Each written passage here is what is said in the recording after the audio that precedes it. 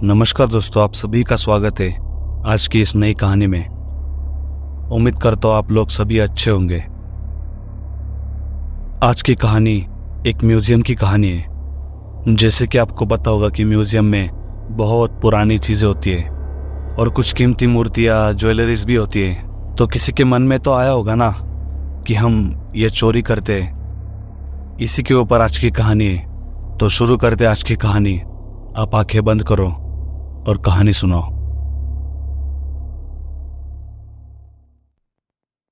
रवि और करण दोनों पुराने दोस्त थे, लेकिन उससे ज्यादा शातिर चोर भी थे। इस बार उनका नया टारगेट था राजवंशी म्यूजियम, एक पुराना म्यूजियम जो अपनी अनमोल मूर्तियों और पुरानी चीजों के लिए मशहूर था। दोनों ने प्लान बनाया कि रात को म्यूजियम में घुसकर वहां से काफी वैल्यूएबल चीजें चुराई जा सकती है जो उनकी जिंदगी बदल देगी। लेकिन जो उनको नहीं पता था वो ये था कि उस म्यूजियम के अंदर कुछ ऐसी चीजें थी जो सिर्फ देखने लायक नहीं बल्कि जान लेने लायक थी।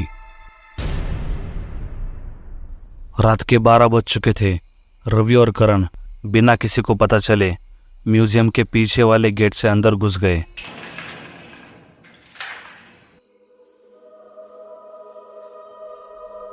म्यूजियम बिल्कुल सुनसान था और रात का अंधेरा और भी भयानक लग रहा था। रवि ने अपनी टॉर्च जलाई और म्यूजियम के अंदर कदम रखा। जैसे ही वो अंदर गए उन्हें एक अजीब सी ठंडक महसूस हुई। म्यूजियम के अंदर सब कुछ पुराना और अजीब था। दीवारें पुरानी पेंटिंग्स और मूर्तियों से भरी हुई थी। वहां का हर एक कोना ऐसा लग रहा था कि जैसे वो उनको घूर रहा हो। करण ने हल्के से हंसते हुए कहा, लगता है ये मूर्तियां हमें देख के जलस हो रही है। लेकिन उनके चेहरे पर एक डर का साया था जो छुप नहीं रहा था। फिर म्यूजियम के हॉल में घुसते ही रवि की नजर एक पुरानी मूर्ति के ऊपर पड़ी जो सोने की लग रही थी। उसने मूर्ति को उठाने की कोशिश की, लेकिन जैसे ही उसने उस मूर्ति को छुआ तभी हवा में एक अजीब सी ठंडक छा गई। अचानक उन्हें ऐसा लगा कि जैसे मूर्ति की आंखें उनको देख रही हो। करण भी उस नज़ारे को देख के हिल गया, लेकिन उन दोनों ने अपने डर को दबा के मूर्ति उठाने का प्लान बनाया। इतनी देर में एक जोर से हवा चली और सारी लाइटें एकदम से बंद हो गई। म्यूजियम अंधेरे में डूब गया। दोनों ने अपनी अपनी टॉर्च जलाई, लेकिन उन टॉर्च की रोशनी भी धीरे धीरे कम होने लगी थी। रवि और करण ने जल्दी से दूसरी गैलरी की ओर कदम बढ़ाए जहां अनमोल ऐतिहासिक ज्वेलरीज थी। उन्होंने सोचा कि ये चीजें लेकर जल्दी से यहाँ से निकलना चाहिए। लेकिन जैसे ही वो वहां पहुंचे उन्हें एक छुपा हुआ दरवाजा दिखा जो म्यूजियम के नक्शे में नहीं था। करण ने दरवाजे की तरफ इशारा करते हुए कहा, शायद यहाँ और ज़्यादा कीमती चीज़ें मिलेगी। दोनों दरवाज़ा खोल के अंदर चले गए। दरवाज़ा एक नीचे जाने वाली अंधेरी सुरंग की तरफ खुलता था। सुरंग के रास्ते में पुरानी दीवारों पे अजीबोगरीब तस्वीरें बनी थी, जैसे किसी पुराने यज्ञ या बलि का चित्र हो।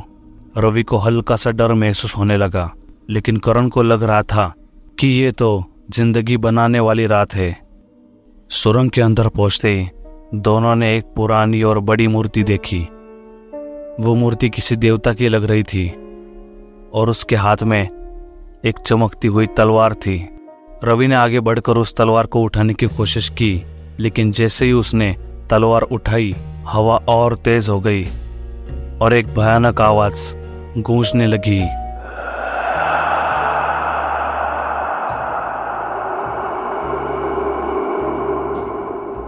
रवि, यहां से निकलते, कुछ तो गलत हो रहा है यहाँ पर, करण घबरा के बोला।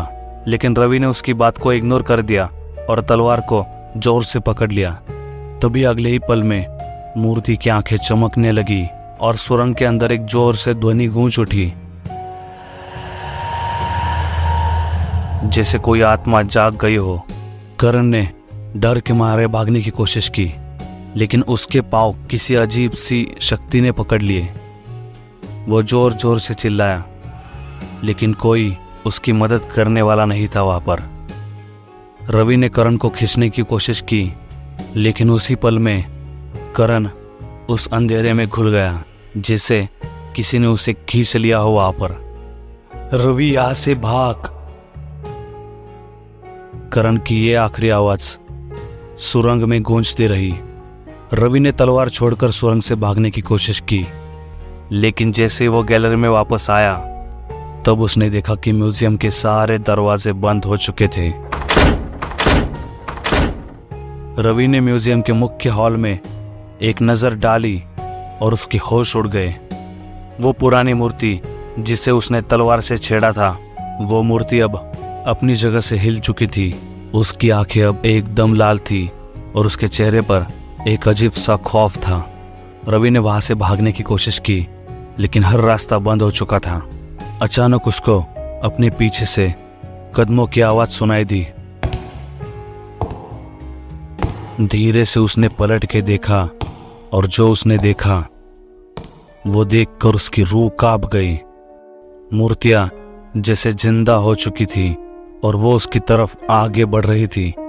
करण की आवाज वहां पर अब भी गूंज रही थी, रवि यहां से भाग, रवि यहां से भाग, रवि यहां से भाग। रवि की आंखों में डर था। उसके साथ क्या हुआ ये कोई नहीं जानता। क्या वो बच पाया? क्या करण वापस आया? या फिर वो दोनों उस म्यूजियम का ही हिस्सा बन गए? ऐसे बहुत सारे राज ही रह गए और हर कोई अपनी अपनी कहानियां बनाकर इसका जवाब ढूंढने की कोशिश करता है। तो दोस्तों, ये थी आज की हमारी कहानी। और आप ऐसे ही रोमांचक और भूतिया किस्से सुनना चाहते हैं तो हमारे इस चैनल को जरूर सब्सक्राइब करिए और बेल आइकन को दबाना मत भूलना।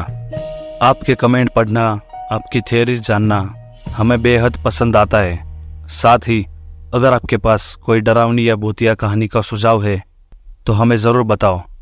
शायद अगली बार आपकी ही कहानी आ सकती है। चलते हैं दोस्तों, फिर मिलेंगे एक नई कहानी के साथ।